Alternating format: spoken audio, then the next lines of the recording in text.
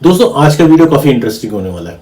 आज के वीडियो में मैं आपको बताऊंगा कि लाइफ के वेरियस स्टेजेस में मैंने ऐसी कौन कौन सी चीज़ें खरीदी, चाहे वो सस्ती हो या महंगी हो, जिनको खरीद के या तो मैंने इमीडिएटली रिग्रेट किया या फिर कुछ टाइम बाद मेरे को लगा कि यार ये चीज़ मैंने क्यों खरीदी।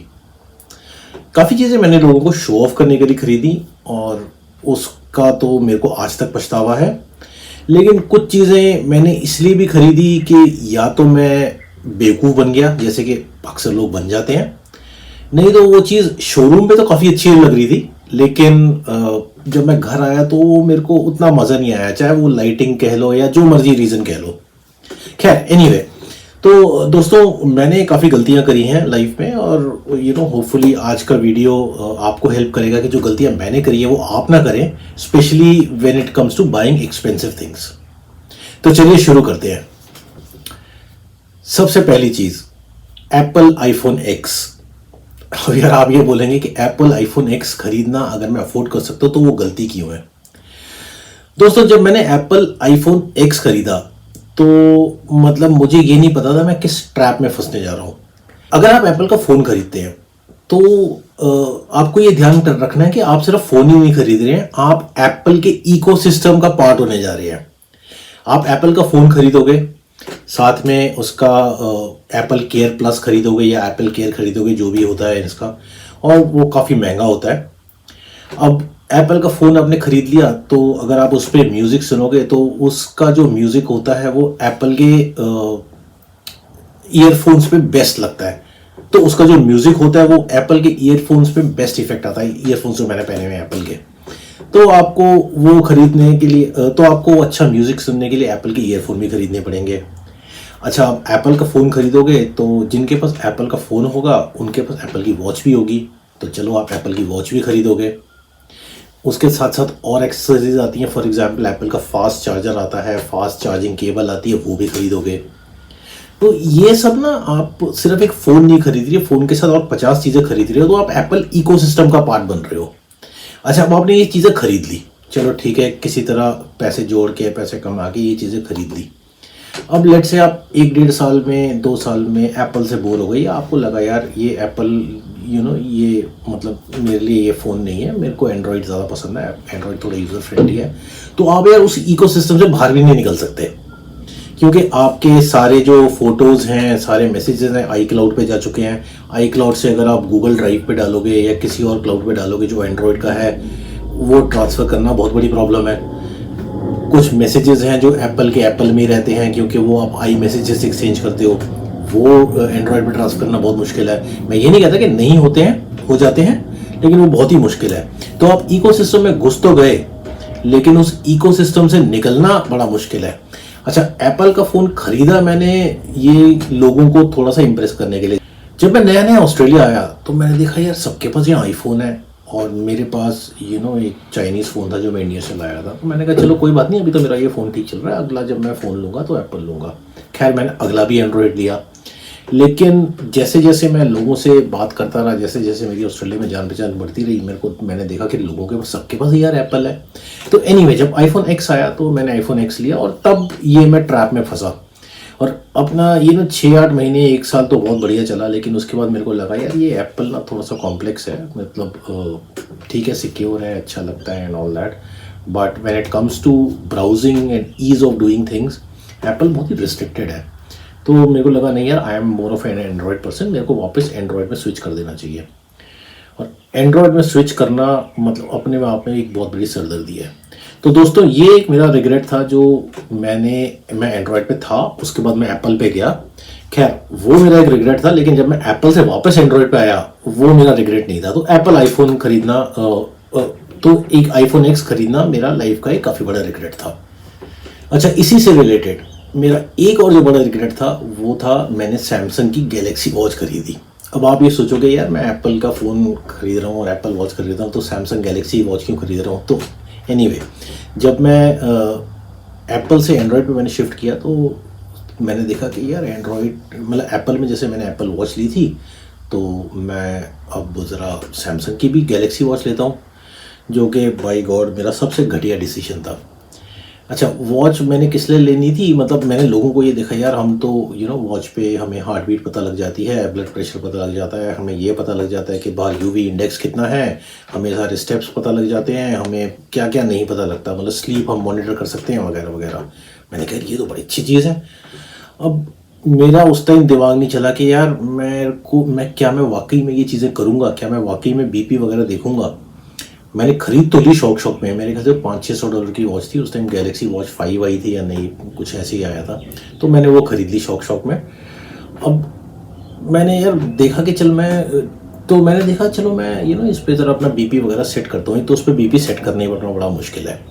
अच्छा, वो कितना एक्यूरेट आता है कितना नहीं आता है उस पर अलग क्वेश्चन मार्क्स हैं। खैर एनीवे, मैंने किसी तरह बीपी सेट किया, वो हार्ट रेट वगैरह जो सेट करना है किया, स्लीप पैटर्न वगैरह सेट किया। और आप मानोगे नहीं, अगले 6 महीने तक मैंने मुश्किल से 2 या 3 बार चीज़ें उसमें देखी होंगी ये हेल्थ रिलेटेड। जो मैक्सिमम मैं उसमें नोट करता था वो सिर्फ स्टेप्स नोट करता था। और वो स्टेप्स भी अगर मैं चाहूँ तो अपना मेरे सैमसंग के ऐप में मैं देख सकता था, उसके लिए मेरे को ये वॉच खरीदने की ज़रूरत नहीं थी। अल्टीमेटली मेरे को उसका कोई फ़ायदा नहीं हुआ, मैं अल्टीमेटली टाइम ही उस पर देखता था।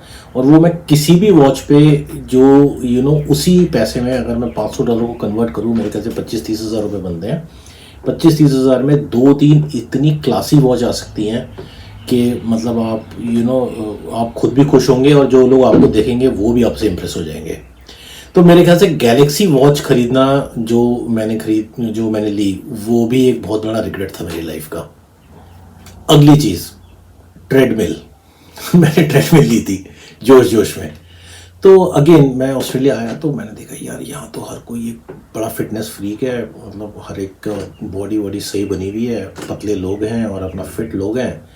तो मैंने एक दो से पूछा यार कैसे इतना फिटनेस का क्या राज है। तो लोग बोलते हैं यार हम जिम जाते हैं, हमने अपने कंपनी या तो हम जिम जाते हैं या तो हम अपने घर में जिम बना रखा है, बट हम लोग कंटिन्यूसली एक्सरसाइज ज़रूर करते हैं। तो मैं बड़ा इंप्रेस हुआ, मैंने कहा यार ये तो बढ़िया कंट्री है, अपना अपना खाएंगे पिएंगे, बढ़िया बॉडी बनाएंगे और अपना फिट रहेंगे। तो मैं जोश में ट्रेडमिल ले आया।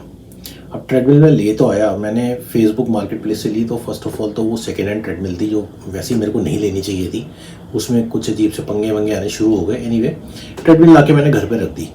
अब घर पे एक तो मैं इनिशियली जब आया तो छोटा सा घर था, वैसे ही 2 कमरों का घर था, और मैंने एक ट्रेडमिल ला के रख दी, उसने बहुत जगह घेर ली।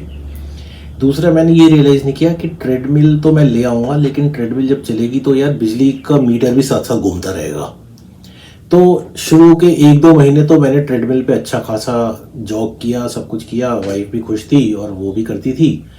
लेकिन धीरे धीरे वो कम हो गया और 3-4 महीने बाद जैसा कि एक बहुत ही फेमस कहावत है कि ट्रेडमिल पे कपड़े ही सूख रहे थे। तो अगले 6-8 महीने तक कपड़े ही सूखते रहे। अल्टीमेटली मैंने जो ट्रेडमिल मेरे ख्याल से $500 की ली थी, मैंने $70 या $75 में बेचा उसको। तो वो अगेन रिग्रेट था। हाँ, मैं थैंकफुली अब काफ़ी फिट हूँ, और वो मैं इसलिए नहीं हूँ कि मैं जिम जाता हूँ, क्योंकि मैंने अपने डाइट का बहुत ख्याल रखा हुआ है एंड मैं रोज़ बाहर वॉक करने जाता हूँ एंड थोड़ा बहुत मैं अपना स्ट्रेचिंग वगैरह करता हूँ। उसके लिए ट्रेडमिल की कोई ज़रूरत नहीं है। ट्रेडमिल में और मेरे घुटनों में पेन होना और शुरू हो गया था। तो दोस्तों, ट्रेडमिल एक ऐसी बाई थी मेरी जो मैंने बाद में बहुत रिग्रेट किया। अगला, मैंने यहाँ आके बूपा का हेल्थ इंश्योरेंस लिया। अब हेल्थ इंश्योरेंस तो ठीक है, हेल्थ इंश्योरेंस तो मेरे ख्याल से हर एक को लेना चाहिए, बट मैंने एक उसमें चीज़ ऐड करी जो अब मेरे को लगता है मेरे को नहीं करनी चाहिए थी। वो थी एक्सेस का मतलब है कि मैंने उसमें अपना दांतों का और आईज़ का भी इंश्योरेंस ऐड किया।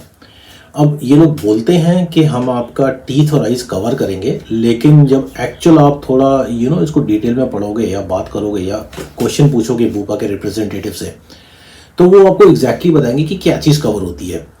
ये दांतों का ऑपरेशन, आंखों का ऑपरेशन वगैरह कुछ कवर नहीं होता। नॉर्मल आई टेस्ट और नॉर्मल दांतों का टेस्ट कवर होता है।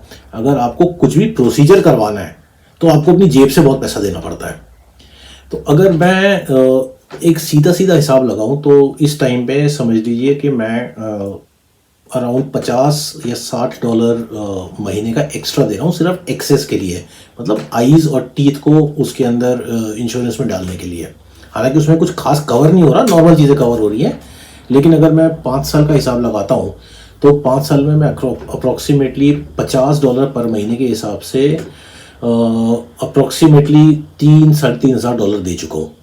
तो $3-3.5 मैंने सिर्फ एक्सेस के लिए दिया है। और अगर मतलब मैंने यूज़ तो हार्डली उसमें से $500 भी नहीं किया।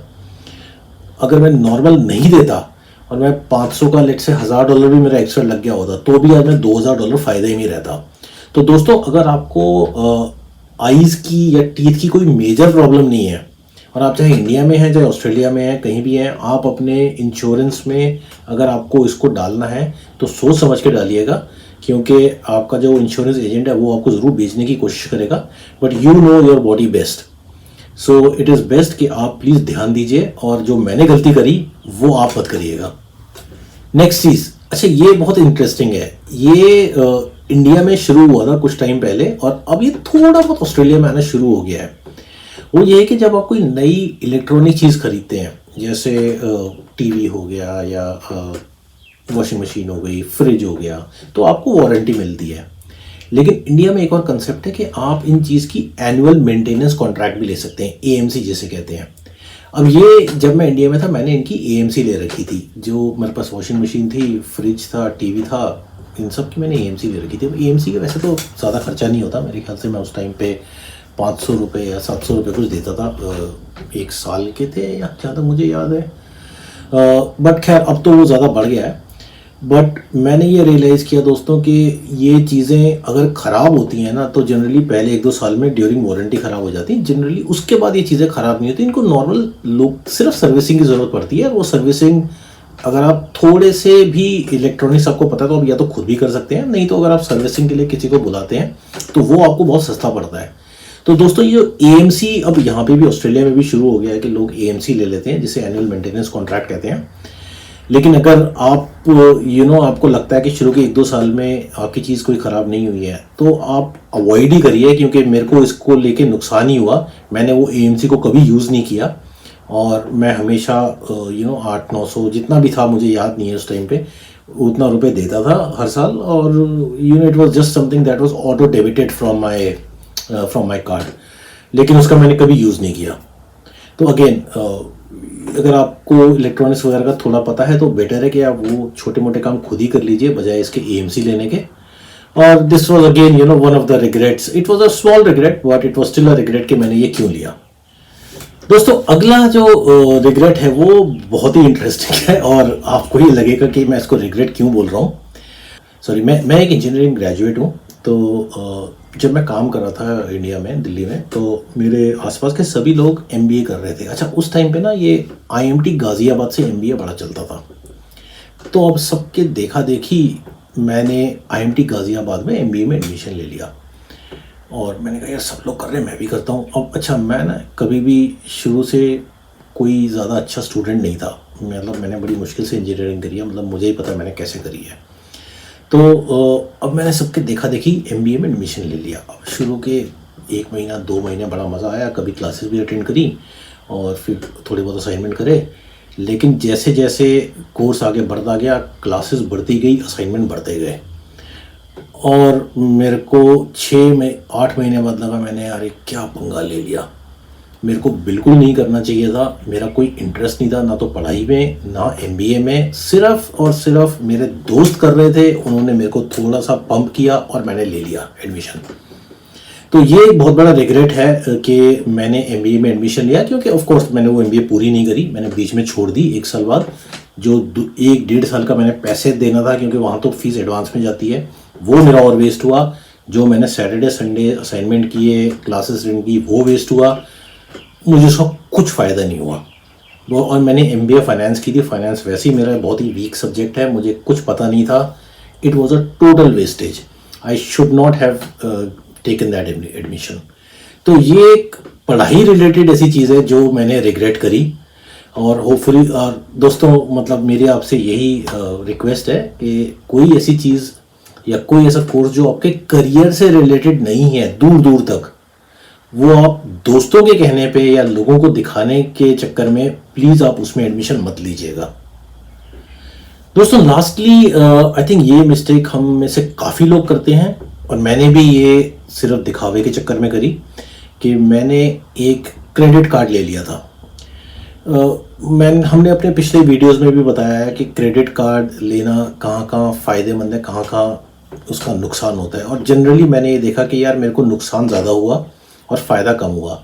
क्रेडिट कार्ड था तो मैं बिना किसी परवाह किए मैंने बहुत सारी शॉपिंग कर ली, और कभी मैक्सिमम चीज़ें मैंने वो ली जिसकी मेरे को ज़रूरत भी नहीं थी, जस्ट बिकॉज मेरे को अपना बैंक में डेबिट होता कुछ दिख नहीं रहा था, जो जा रहा था क्रेडिट कार्ड पे जा रहा था। ऑफ कोर्स बाद में जब मैं बिल देता था तो काफ़ी मोटा बिल आता था। बट हाँ, क्रेडिट कार्ड लेना मैं बोलूँगा कि मेरी लाइफ का एक काफ़ी बड़ा रिग्रेट था, और मेरे को थैंकफुली 1-2 साल में अकल आ गई और मैंने क्रेडिट कार्ड को सरेंडर करके मैंने सब कुछ अपना डेबिट कार्ड पे कर दिया। तो अब जो भी मेरे अकाउंट से डेबिट होता है मुझे साफ साफ पता लगता है एग्जैक्टली कि क्या हो रहा है, और जहाँ मुझे लगता है कि यार if I am going over budget, I immediately either put a stop or do very limited shopping at the end of the month। तो दोस्तों क्रेडिट कार्ड लेना यस कुछ फ़ायदे हैं उसके, you get points, you get some lounges free and all that, but क्या वो फ़ायदे नुकसान से ज़्यादा आपको हेल्प करते हैं? अगर आप फ्रीक्वेंट फ्लाई ही नहीं करते तो आप लाउंजेस को लेके क्या करेंगे? सिंपल सी बात है। तो दोस्तों ये क्रेडिट कार्ड लेते हुए आप ज़रूर ध्यान रखिए कि वाकई में क्या आपको ज़रूरत है या नहीं है। मेरी लाइफ में मैंने रिग्रेट किया है, बट होपफुली आप अगर कुछ डिसीजन लें क्रेडिट कार्ड को लेके तो वो आप ज़रा सोच के लीजिएगा। तो दोस्तों होपफुली आपको आज का वीडियो अच्छा लगा होगा, और जो मैंने गलतियां करी उससे मैंने तो सीख ली ही ली, हो सकता है आप भी उससे सीख लें। और अगर आप ऐसा कुछ कर रहे हैं स्पेशली अपने दोस्तों को दिखाने के लिए, तो उसको मत कीजिए। तो दोस्तों अगर आपको आज का वीडियो अच्छा लगा तो प्लीज़ हमें लाइक, शेयर और सब्सक्राइब कीजिए, और मिलेंगे आपसे अगले वीडियो में। Bye friends.